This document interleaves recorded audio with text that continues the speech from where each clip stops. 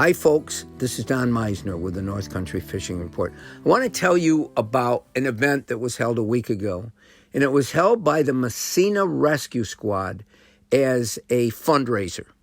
And so they set up and people could bring, vendors could come in and it was a day in Massena. And it was, again, to help an organization that is so critical, that is so wonderful for our area. And until you need them, you probably don't realize how important it is.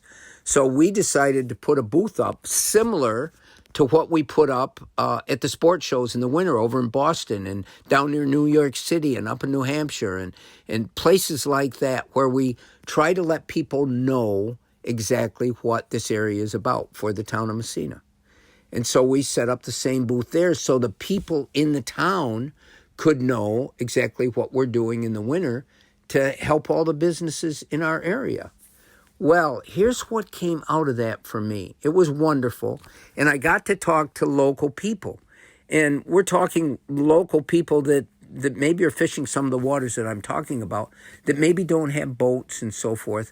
But boy, did I learn a lot from talking to them. I had one guy come up to me, and he was giving me exact spots in the Grass River in Massena where he fishes and all the wonderful fish that he's catching. And this guy was really knowledgeable. And he told me about one pool where there was this giant big blue catfish. And then another guy was telling me about all the walleyes that are being caught right now in the Racket River up near Norfolk by people being able to fish on shore. And he asked me, he said, I wanted to ask you what you thought about eating the fish out of the Racket River. And, I can tell him what the biologists say, that we should eat one meal a month for most of our waters of fish.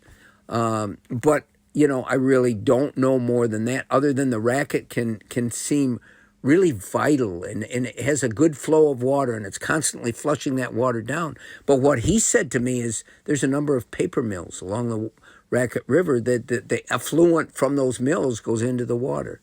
So these are things that came from talking to local people. I had one person came up to me, and he was probably older than I was, and he was talking about the fact that he was a guide for his whole life on the St. Lawrence River. And looking back to what this river was like before some of the changes. And remember, everything is changing all the time. But he's looking back to when the Seaway first came in, when they did all the different structuring of the river that changed some of the current flows and so forth, and how different the water was. But what really amazed him was the impact that zebra mussels and then later gobies had to this majestic body of water. What it was like before for him, which was different than what most of us probably remember. He's telling me about being able to fish right up close to the dams where all the fish were cut up and would come through, and there would be all kinds of other fish just laying in wait to feed on stuff that's being washed down, and how you could get really up close to the dam and catch all these big muskies and all these wonderful fish. And then he'd tell me about other sections of the water that he would fish. The one thing that he said to me, he said, I remember back years ago, there weren't 5 and 6 pound smallmouth bass in the river. You caught a 2-pounder and you had a wonderful fish. And I remember that as well. What's made our river famous on a national level right now for sportsmen is the smallmouth bass. They've got gigantic, but they weren't gigantic years ago.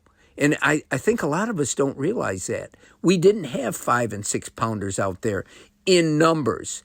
And what has caused that? Again, the change in the river that started with zebra mussels clearing the water. The water became so clear, but it also affected the zooplankton and all other species of beings, of living organisms that lived in that river. And there had to be adaptation.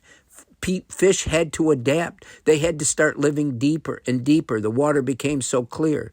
And then gobies got into the river, and that changed everything. The fish had to spawn deeper and deeper, and there are so many things that have been affected, but it affected their diet. and affected how big and quickly they grow to the sizes that they are today.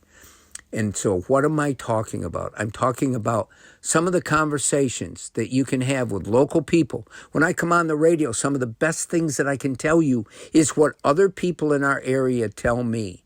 And that's why I always love doing things. And by the way, getting back to the Massena Rescue Squad, I give them so much credit. Those people were wonderful. We had a windy day. It was tough.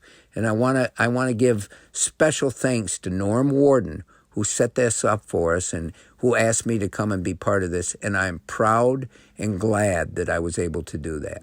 Until next time, folks, this is Don Meisner with the North Country Fishing Report.